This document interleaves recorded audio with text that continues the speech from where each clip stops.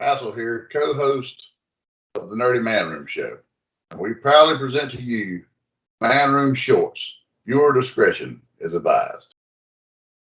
But after that, so WrestleMania weekend, or huge wrestling weekend all Yes, across it the board. was. Um, I don't think we were going to review the entire WrestleMania or the entire weekend, but any big takeaways you had from the weekend? I mean, there was a ton of stuff. Undertaker going to Hall of Fame, Steiner's going in, Ring of Honor Supercard show, which basically wiped out everybody who worked for Ring of Honor and replaced them with AEW's lower card. so Well, that you development had company Samoa is Joe no longer return, though. developmental. No, we had Samoa Joe return, though. I mean, Jay Lethal wins the world title. Samoa Joe shows back up and basically lays ground. Hey, I'm finna fuck you up pretty much. But how long? Which Joe's going to be on. Well, Joe's already going to be on AEW tomorrow night.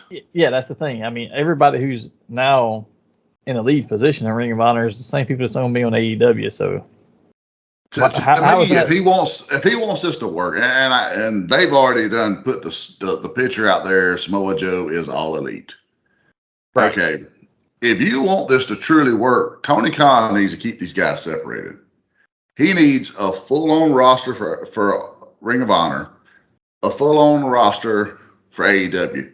I mean, your best tag team from AEW, I don't give any shit what anyone says, is FTR, and they're your Ring of Honor champions.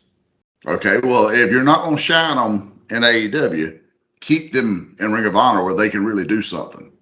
Keep these guys separated. Then once a year, if All In is your Starrcade or WrestleMania, Yeah, then you have a Super Bowl then. Give us what WWE should have done when they bought WCW. Learn from their mistakes. Don't have Raw and SmackDown. Yeah, but I don't see it going that way at the moment, and maybe they'll change their mind the further we get into it. But from what I saw this weekend, and I didn't get to watch a lot of it, but I just saw that. Oh, we knew the Briscoes were out because the people that own the studio, TBS, TNT, they hate the Briscoes. They don't want them on their TV, so they weren't going to make it to AEW. No, they're almost as unpredictable as Scott Steiner with a live mic. So I mean, they're kind of they weren't going to make it, but. You wiped out them. You wiped out several other people that were there that are probably not going to be on there anymore. So this is not developmental. This is just another show for your AEW crew. Well, if you're going to take all that, I mean, Tony Khan has a ton of talent. I mean, it's been for a long time said they've got 20 pounds of shit in a 10-pound bag. So okay, if this is the case, that's fine. Keep them separate. If you're going to take all these talents that were on these YouTube shows like Dark and what was the other one? I mean, they had two different I don't know. They've got like shows. 5 YouTube shows. Yes, I mean, take these talents, spread the developmental out, spread your top talent out, and create 2 good rosters. I mean, Tony Khan, you're hiring every damn body under the sun. Hire me to book for you, and you're good. Let's just take somebody, for example, their world champion right now, Paige. He'd be great in Ring of Honor if you gave him other people. He's not a main eventer right now in AEW because while they he's don't the feature champion, him. They don't feature him. It's all about CM Punk, Daniel Bryan, all these other people that, okay, they are your main eventers. You need to take him and drop him on Ring of Honor, and he can be the main event over there. He's not going to be on AEW. He's not a good world champion right now because of that. That's the biggest problem they're having with all this talent. They literally, you get to a certain point where you don't see a talent for 2 or 3 weeks. Hangman Page is the world champion. The world champion, he needs to be on each and every telecast you have. He'll miss 2 weeks and then show up like he showed up this past week in a car. And don't get me wrong, it was a cool segment. He just shows up in a car with some Longhorns, gets out, kicks the shit out of somebody, and that's it. I mean, it's an impromptu run-in is what you had your world champion doing. He kept no promo. He had no match. You're world champion. Could you imagine SmackDown without Roman Reigns? No, I mean that's you're not watching. That's the difference between the 2 shows, right? AEW's got a ton of talent that they don't know what to do with. WWE has no main event talent, and they're trying to give them everything to do about 1 or 2 people, and that's all they feature. Yeah, but since I brought them up, let's jump over to them. What big takeaways did you really get or take from WrestleMania? Okay, I'm not a fan of 2 nights. I will say that. I know a lot of people are. I'm not either. It was too much. It is. It was very much too much because if you look at both nights, it was extremely lackluster until a certain point when they kick it into overdrive with the last 2 to 3 matches. Both nights were this way. Sunday, I remember thinking Sunday is like, holy shit, they peaked on Saturday with Cody Rhodes' debut. And then finally, after like Pat McAfee's match, it stole Sunday night to me. Like I didn't expect it to be what it was. Stone Cold returns again, and it makes it just. I enjoyed it from top to bottom. I didn't think I would. It surprised me. Yeah. And then Roman and Brock delivered. We knew they would, and they went with the finish that I was hoping they would do because it's just smart booking. So I think the win there was the finish they were going to go with all along, but that match was actually supposed to be a lot longer. I don't know how much of it you've seen, but there's a section of the match where Roman's acting like his arms pulled out of socket from the Kimura lock or whatever, right? It's come out since then. There's a lot of pictures, and even WWE, while they haven't fully said it, his shoulder was out of socket. There was pictures of it where his shoulder, you could see the separation. It's like that. I've seen separated shoulders before from doing physical rehab and personal training. I'm like, ooh, that's out of socket for sure. Well, he had no action last night. He just come out and done a promo, and actually I dozed off in the middle of the promo and woke back up towards the end. And I think that's all he's going to do this coming Thursday. Is another celebration. I'm sure it is because if he truly separated that shoulder, and I swear it looked like he did. I mean, it could all be a word, but it really looked like it was. If he did that that's what 4 to 6 weeks of no activity with that arm to get it back to 100% at minimum. Well, okay. Here's the thing: how do you book that? I would hate to see a 500+ day reign as champion. This man hadn't been pinned since 2019. I would hate to see him stripped of the title over an injury. At this point, I mean, they've done abolished you got to defend the title every 30 days anyways. Yeah. Well, stretch it out. Make it be like, hey, there's no one worth my time right now. When you get someone worth my time, I'll come back. And until then, I'm going to just be here. Or you just set it up and let him, even if he doesn't wrestle, let him get in there like he's going to, and then let the Usos, cause a disqualification or whatever, because he's still going to keep the belt. And they've done that multiple times. Let them beat up their opponent or whatever.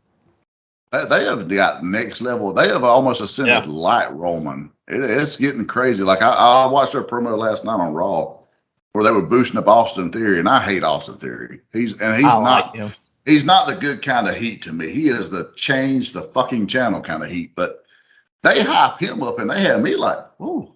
You know what I'm saying? Like they're like just dogging him. They kind of pull like what I used to pull on you guys in high school. That old Loki type heat. It's like, oh man, are you really gonna do that right there, man? Yeah, they're so great. I loved it.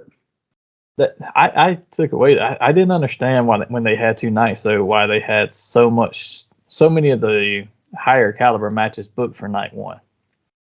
Because I was sitting there thinking, okay, so you got Roman and Brock on night 2, you got Stone Cold on night 1, going against Kevin Owens, and we didn't know it was going to be a full match, but yeah, he gave us a full match, which lackluster or not on some of his performance. Some of the stuff he took, I was like, wow. He took. Yeah, that's what I mean. Bumps in 20 years. And he took him like a champ.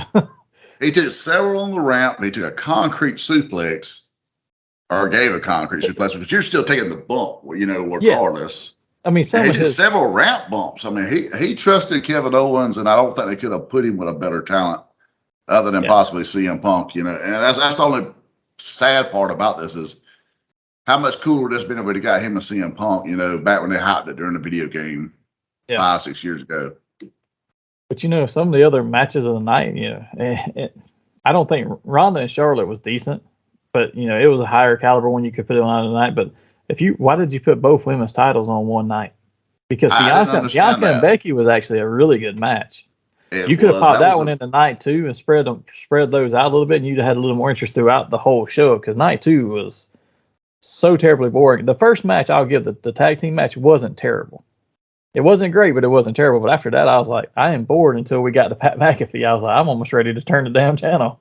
I honestly would have thought that one of the 2 nights that one of the women's championship matches would have main evented, just because of they've done such an effort to make this a thing, you know. But they had them both on the same night, and it was like, wow, really? And Becky and you know, the EST, like you said, that would wind up being a great match. Charlotte and Ronda was a little. I mean, I could live with or without it. That's why it really grabbed my ass when I seen Ric Flair on Twitter a little while later going, "It was the greatest women's match of all time." Yeah, it was. No, Rick, it's not. Every match your daughter is in, it's not the greatest match of all time. I'm sorry. Yeah. And I highly respect the Nature Boy because he's a huge, huge hero of mine. But his views of late are awful. Yeah, that and Ronda and Charlotte was supposed to be the night one main event originally. Then they got the Steve Austin stuff, and how would they have followed that, right? No matter how poor that would have been, or match comparison wise, no matter how much either one was against the other, they're not following Stone Cold actually delivering a can of whoop ass. Just the interest alone. When that glass drops, he walks out here and he's got the crowd in the palm of his hand. And then not only does he already have them, if he'd have done that BMF walk down the ramp, it's one thing, but he went and got the four-wheeler. Yeah. Shot down there. Like, I popped myself. I was just like, oh, he got the chair, you know, the four-wheeler. I was like, here we go, you know. Yeah, I enjoyed watching it, but at the same time, there was just the night too was so weird. And coming out of it, and then like the Edge and Damian Priest stuff coming into Monday night, it's like that should have just started on Monday night. Why did we not?